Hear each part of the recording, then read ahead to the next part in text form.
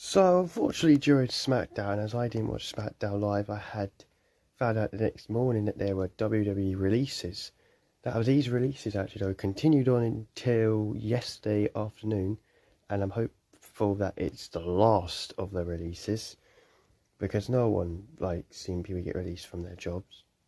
And so I thought I'd now come on and talk about it and say how I think they fared in WWE and also what's next for them. Where can they go? Start off with the OC without AJ Styles, obviously, and Michin, because Michin was originally in the OC, but she's gone on to have a very good career, so her return to WWE was a lot better than Gallows and Anderson, who obviously were released before by Vince McMahon during the COVID releases. Then they were brought back for like the AJ Finn Balor Judgment Day storyline, which is pretty cool. But apart from that, I can't really remember any memorable moments. They got put down in NXT for a bit, had a good little fight with Fraxium, but it just didn't seem to be working for Gallows and Anderson, and then they were just off TV, and Anderson, I believe, has been injured for now like a year. Where I think they can go, I don't know if they could go to TNA. I know WWE now have a thing with TNA, so it's possible yet they could go to TNA and we could still see the feature a couple of times of AJ Styles. Depends, because it wouldn't be under WWE contract. AEW, I just don't think they would be used in AEW much. Plus, I do think they're getting on as well, so you never know, they might just be done. And I think they had a very good run originally in WWE. They were the tag team champions quite a few times. Did a good run with AJ Styles the first time. But when they brought them back, they put them onto SmackDown after the feud of the Judgment Day. They were barely on TV. I think they tried to make Carl Anderson like a single star, but Carl obviously got injured. So who knows what would have happened with that. But I think the OC, their run since they got rehired wasn't great. I don't remember many big wins. Obviously, they didn't win any championships. I would have put them down to probably win a couple of tag title reigns. But no. So I think it's best off that they're now in a different place, which I hate to say. Next one up though, Giovanni Vinci. Now obviously he used to be in the tag team Imperium with Ludwig Kaiser, also led by the Ring General Gunther. Now he had a fantastic run down in NXT. He had a great singles run down in NXT after they split Imperium up the first time. Then he was brought back to the main roster. I can't remember if Vinci got released. I don't know if he got released. I don't think so. I think he just had a singles run down in NXT. Then he was brought up to the main roster, joined back up with Imperium. I know there were some rumours about him going after Tiffany Stratton, which is obviously Ludwig Kaiser's girlfriend. I don't believe they're married. And apparently Ludwig got annoyed, and that's why they had the Ludwig turning on Vinci in Imperium on that Raw episode, and that kind of buried Vinci's kind of career. And he got put on SmackDown, and he lost to Apollo Crews in like 3 seconds. And a lot of people were like, alright, we'll just let it play out. And they let it play out, and he got released. Now, I don't quite know if the rumours are true, if Ludwig was what he made the call to say, yeah, I want to turn on him now. If the whole stuff with Tiffany Stratton is true. I know Ludwig gets very defensive because I've seen a thing with Logan Paul who was trying something on with Tiffany Stratton, and then Ludwig wanted to fight him. But I don't know the story if it's real true, because I'm not there. So I would say take it with a grain of salt, especially with everything the dirt sheets say. People keep saying, oh, it's like there was the thing about Alexa Bliss has never come back and she returned. So I wouldn't trust the dirt sheets properly anymore. I just wait to see what actually happens. But his singles run on SmackDown was a flop completely. They didn't give this guy a chance at all. And again, no main roster tag team title run. They didn't hold the belts, which was shocking. I had fully thought Imperium will definitely be tag team champions. Definitely. But they didn't get the titles. Ludwig is kind of doing his own thing now. Obviously, he's trying to go after the Intercontinental Championship. But they didn't get the titles, and Vinci, got released. So, another one they didn't really give a chance to. Blair Davenport is a very strange one because she had a good run down in NXT, and she obviously had a good run down in NXT UK. Obviously, she came from there first, and she got brought up to the main roster. She never won a title down in NXT. I don't believe she won. She won the Iron Survivor Challenge for the woman, but didn't win the title. I can't remember if she won any tag team championships. I couldn't tell you if she's won an NXT UK title because I didn't watch that stuff much. But she got called up to the main roster, which was a really cool moment. And she got put in a feud with Naomi. And this feud didn't help Blair at all. Blair got, I think, one win. Not clean at all. They were giving Naomi win after win after win. And it was getting very frustrating. And then after her one win, she was put off TV. Had a Money in the Bank qualifying match. Got pinned. And then she was gone from TV. You would see her belly backstage in like a segment with Chelsea Green, where she's literally just in the back, not speaking at all. I think there was one thing where she was like speaking to Piper Niven, but again, you couldn't hear what was said. And I thought maybe Blair would be joining Chelsea Green as like the security thing. And then boom, she got released.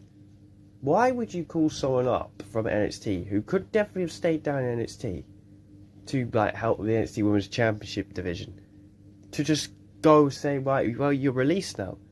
All the emotions of happiness when she got the call up, it's just dead.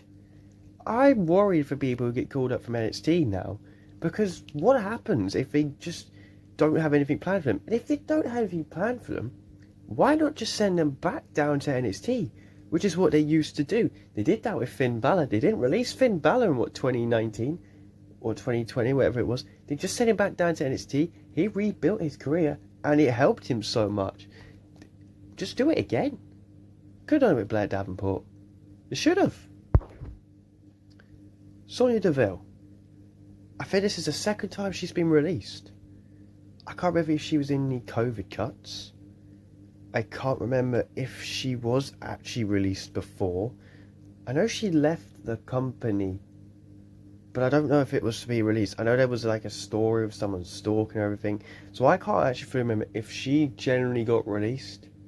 I'm not entirely sure now. I think I might be wrong with that one. I think she left the company for a long time, but I might be wrong. She obviously had her run as the Raw GM, which was quite funny.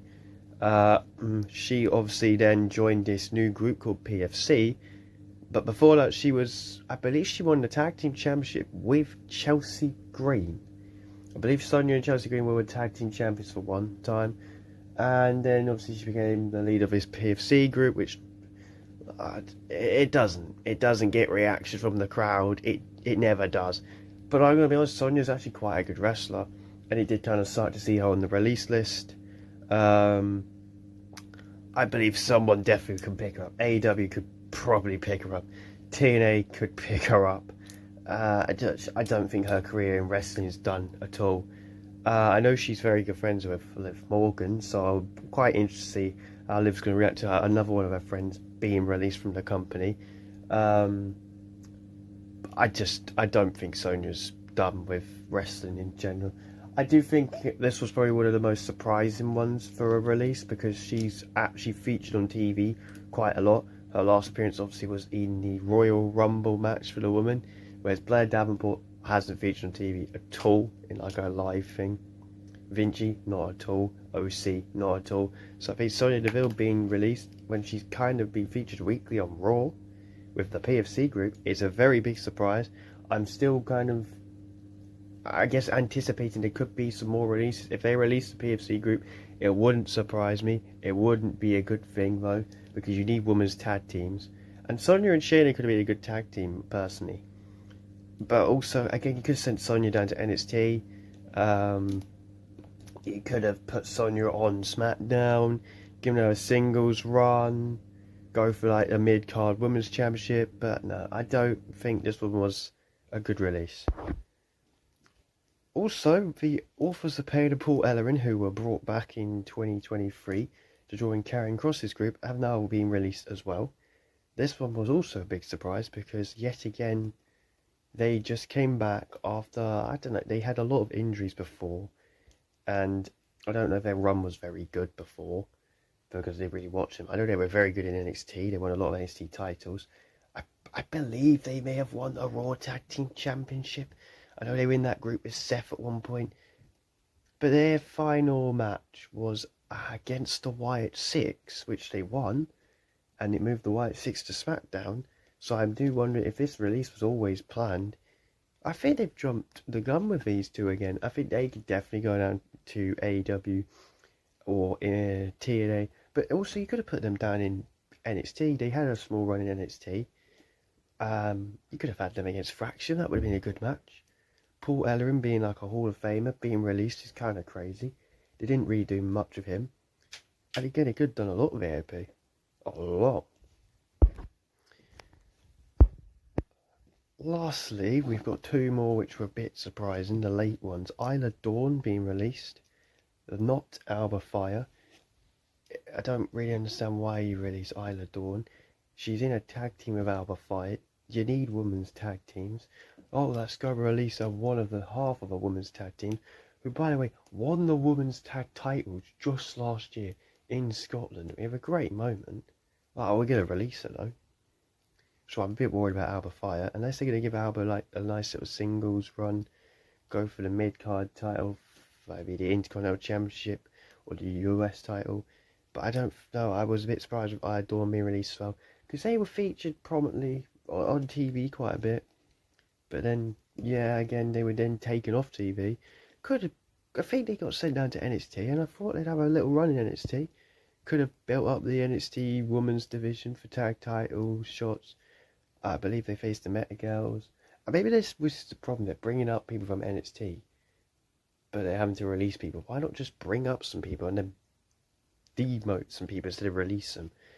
Unless people are asking to leave the company and WWE is giving them the option, yeah, we're going to release you, because we don't know the full story.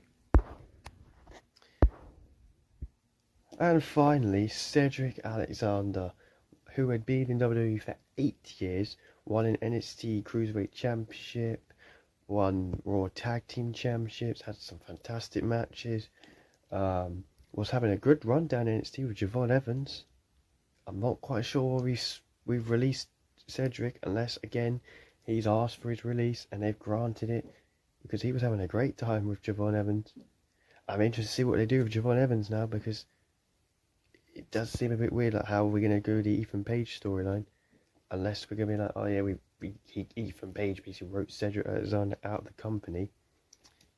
It was a bit of a surprise on this one, because again, he's been featured on TV quite a lot.